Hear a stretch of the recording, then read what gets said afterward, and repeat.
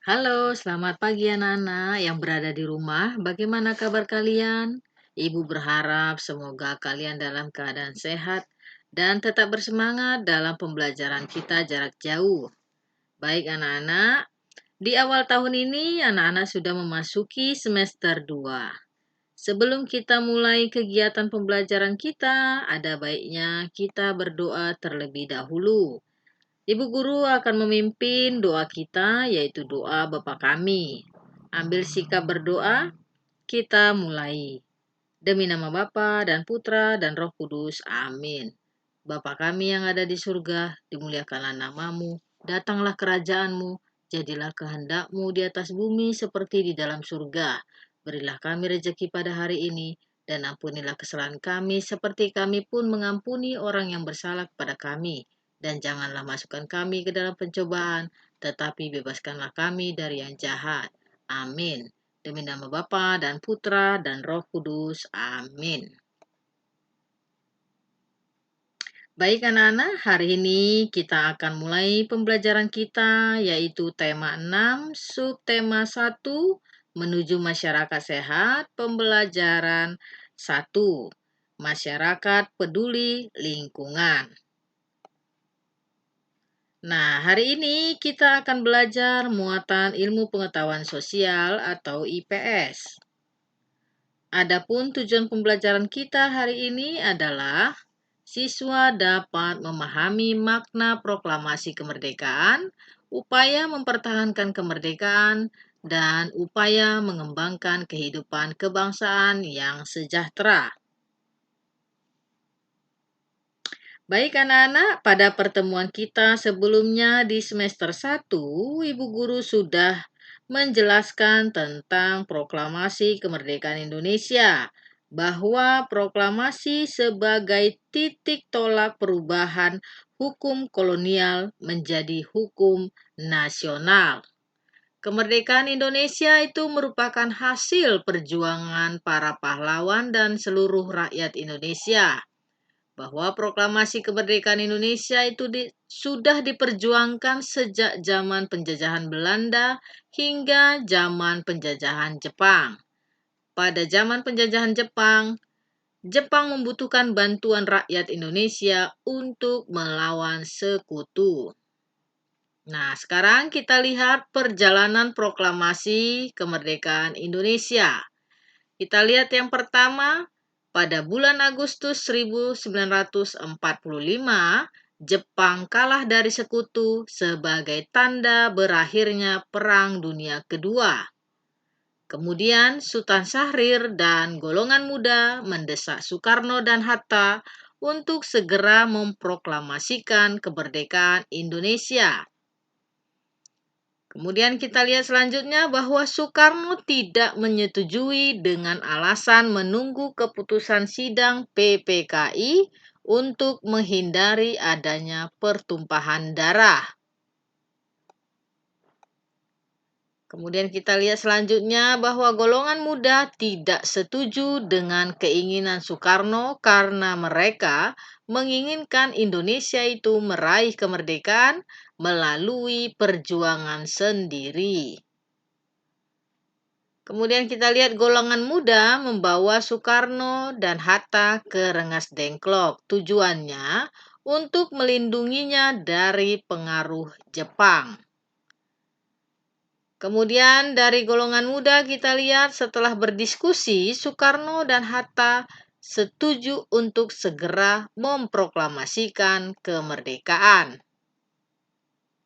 Nah, golongan muda, Soekarno dan Hatta kembali ke Jakarta dan menuju rumah Laksamana Maeda untuk menyusun teks proklamasi.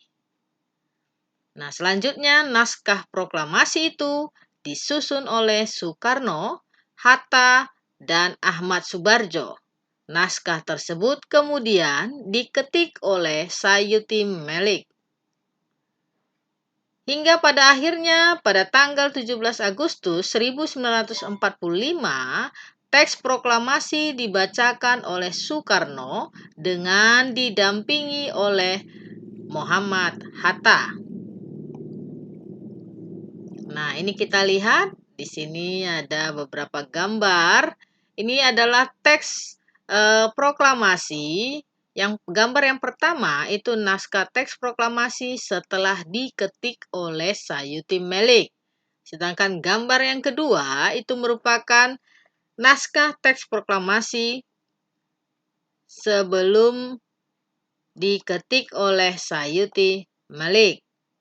Kemudian gambar yang ketiga ini merupakan tokoh proklamator kita, Insinyur Soekarno membacakan teks proklamasi yang didampingi oleh Muhammad Hatta. Setelah dibacakan teks proklamasi, kemudian dilanjutkan dengan pengibaran bendera merah putih setelah pembacaan teks proklamasi. Nah, adapun beberapa makna proklamasi bagi bangsa Indonesia dan bagi rakyat Indonesia bahwa proklamasi itu berasal dari kata proclamation atau dari bahasa Yunani yang berarti pengumuman resmi kepada seluruh rakyat dengan maksud sebagai pengumuman yang berhubungan dengan ketatanegaraan. Makna proklamasi itu ada dua, yaitu yang pertama makna kemerdekaan Indonesia di dunia internasional, serta makna proklamasi bagi rakyat dan bangsa Indonesia. Oke, kita lihat selanjutnya. Berikut ini beberapa makna proklamasi bagi rakyat dan bangsa Indonesia. Yang pertama kita lihat bahwa proklamasi itu sebagai puncak perjuangan bangsa Indonesia. Kemudian proklamasi sebagai pernyataan de facto. Kemudian proklamasi menaikkan martabat bangsa. Proklamasi sebagai awal perjuangan. Proklamasi sebagai tonggak sejarah. Proklamasi sebagai lahirnya sebuah negara Indonesia. Kemudian proklamasi juga sebagai titik tolak amanat penderitaan rakyat. Kemudian proklamasi sebagai akhir dari penjajahan di Indonesia. Kemudian proklamasi dari aspek hukum, dari aspek sosiologis, kemudian dari aspek politis. Proklamasi juga sebagai kesempatan untuk maju. Kemudian proklamasi sebagai pedoman untuk menjalin hubungan internasional. Dan yang terakhir proklamasi adalah kedaulatan negara Indonesia. Nah, demikianlah pembelajaran jarak jauh kita hari ini. Ibu berharap apa yang sudah kita pelajari hari ini dapat berguna untuk masa depan dan dapat menambah wawasan dan pengetahuan kalian ya. Tetap bersemangat belajar. Tuhan selalu memberkati. Sebelum kita mengakhiri pembelajaran hari ini, ada baiknya kita tutup dengan doa Salam Maria. Ibu Guru akan memimpin doa penutup kita. Ambil sikap berdoa, kita mulai. Demi nama Bapa dan Putra dan Roh Kudus. Amin. Salam Maria, penuh rahmat, Tuhan sertamu. Terpujilah engkau di antara wanita dan terpujilah buah tubuh Yesus. Santa Maria, Bunda Allah, doakanlah kami yang berdosa ini sekarang dan waktu kami mati. Amin. Demi nama Bapa dan Putra dan Roh Kudus. Amin. Baik anak-anak, terima kasih sudah menyaksikan, sudah melihat penjelasan Ibu Guru hari ini. Semoga apa yang sudah Ibu jelaskan dapat berguna bagi kalian ya. Tetap semangat dan salam sehat.